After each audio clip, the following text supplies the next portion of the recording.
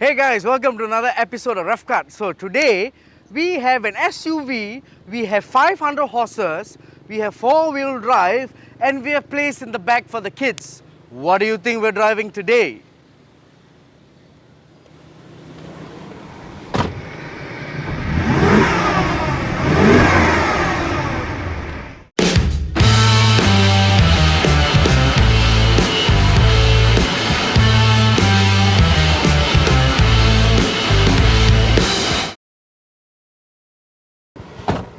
Alright, so we are in the 2006 Porsche Cayenne Turbo S. 4.5 liters of displacement, 8 cylinders, 513 horsepower, stock standard, stock form. Guess the torque. No. 720 Newton meters of torque. That's enough to bring the Titanic back up. That's enough for that. So we're already driving. The only thing I can hear apart from the slight rumble of the engine is the aircon, as it's Malaysia and we're dying of heat every day. Why don't you ask yourself, how many cars are there with that much torque, that much horsepower, and is ready to exhibit that horsepower and torque at any given time? Because this car is not in limp mode. This car does not have a single engine light on. This car hasn't got a single rattle. See what I'm talking about?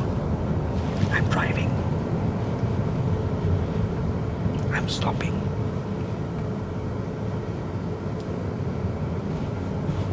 I'll let you hear for the next 5 seconds.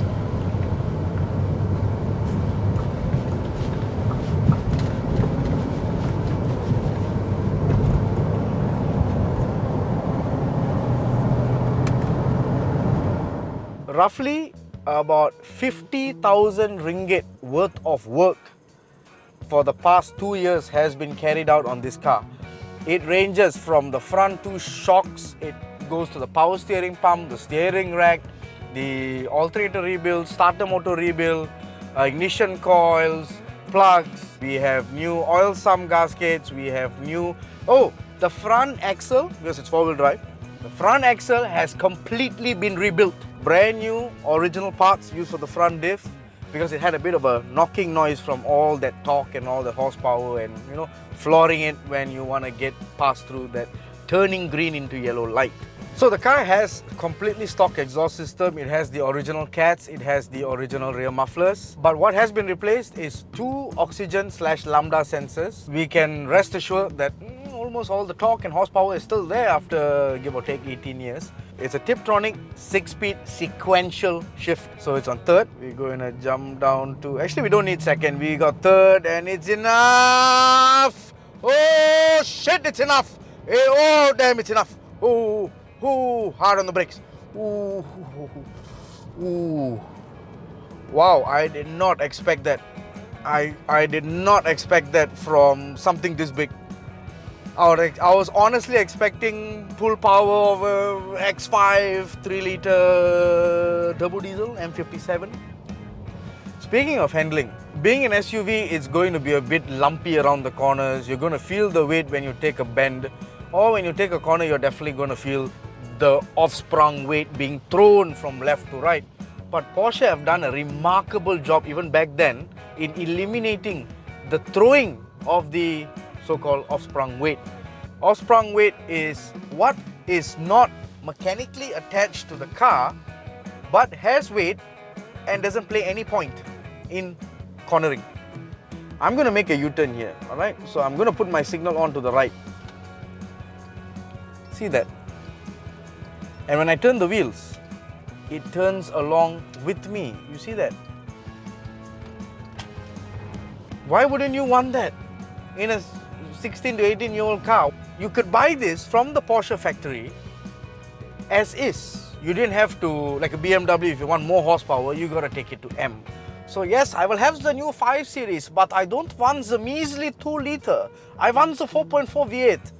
Then they will send it to Dingelfing. Dingelfing does some witchcraft on it and then you have your car. But no. Porsche said, no problem. You want the 4.5 V8? We give you the 4.5 V8. Do we need to go anywhere else? No, you don't have to. It's just here. If you were to fetch your kids with this car from school, all of them are not going to be saying, oh, your dad's got a, a big SUV, something your mom should drive. No. When they see this roll up, most of them will be like, it's rarefied air. Where else are you going to get 500 horsepower, seating enough for a big family, enough to go away for the weekend and the entire week leading up to that? Bike rack, rough rack, you can tow a boat. So you can literally have all the amenities of a water park. You can have your jet skis in the back. You can have your rowing boat at the top. It's endless. And 700 Newton meters of torque.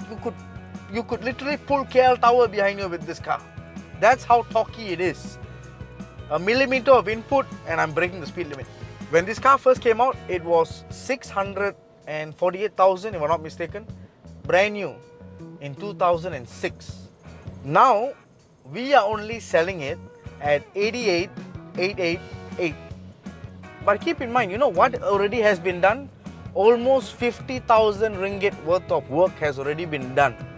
If you're keen, drop us a message here and we will send you the specs, what all has been done. We'll send you the details and you can have a look at it for yourself. If you're keen, give us a call. Oh, oh, ooh, ooh, oh. That made my bumhole twitch. Oh, wow.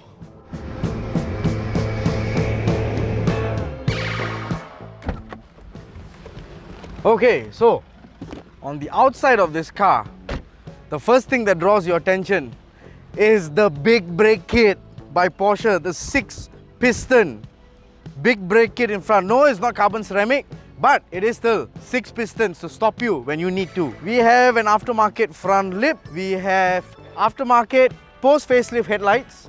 We have the original headlights. They're in store, kept very well. So these are aftermarket. If you see this small little black nipple here, this is your 360 camera.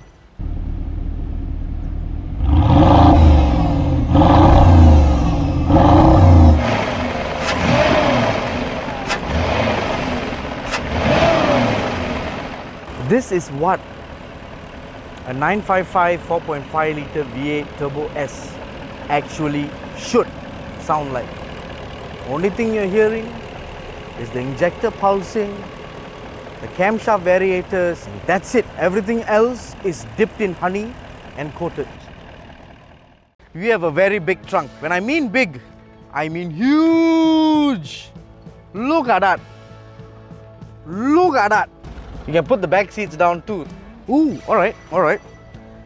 We have a tray, alright, that we have in our camera car. And we're going to put it in here to see how it looks. So in the D-Max, we can fit 2 big trays and 1 tiny one. Let's see how many we can actually fit in the Cayenne, alright. So we can fit exactly 1, 2, you might have to layer this. So it can almost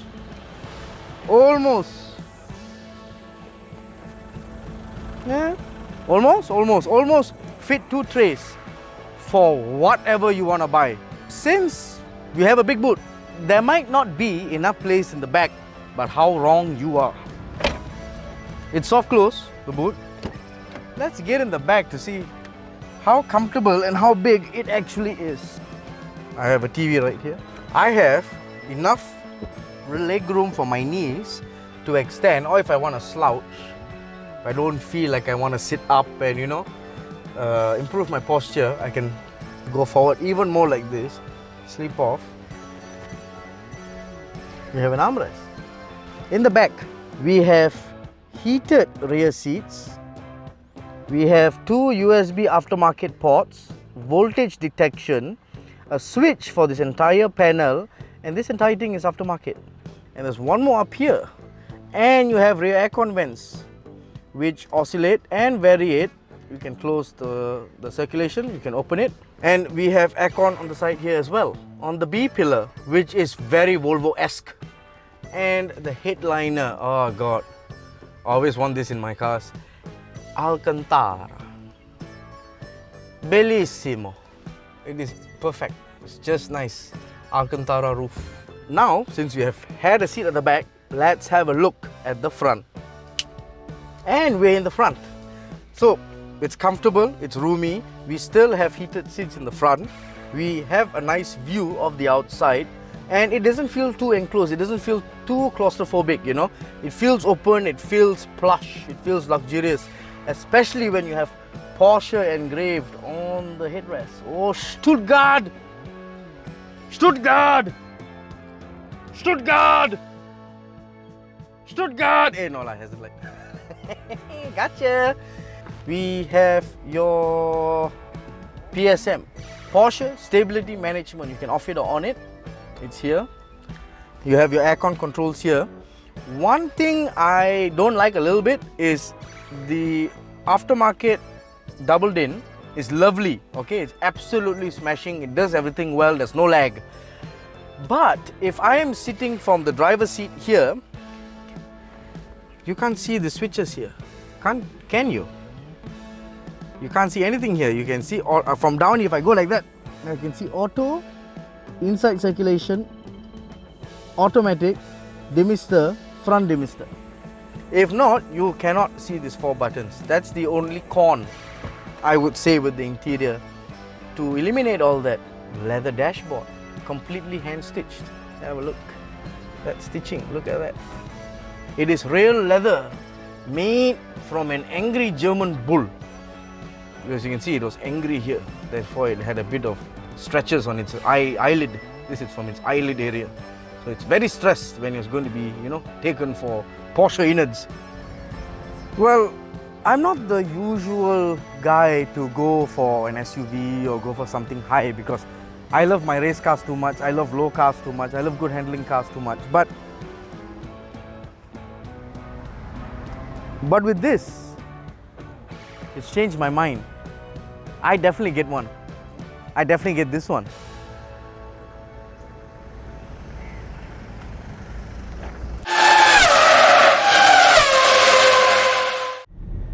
Yes, Mr. Navin. I'm good. I'm actually shooting a video now and you're on camera. You're going to be in the video right now.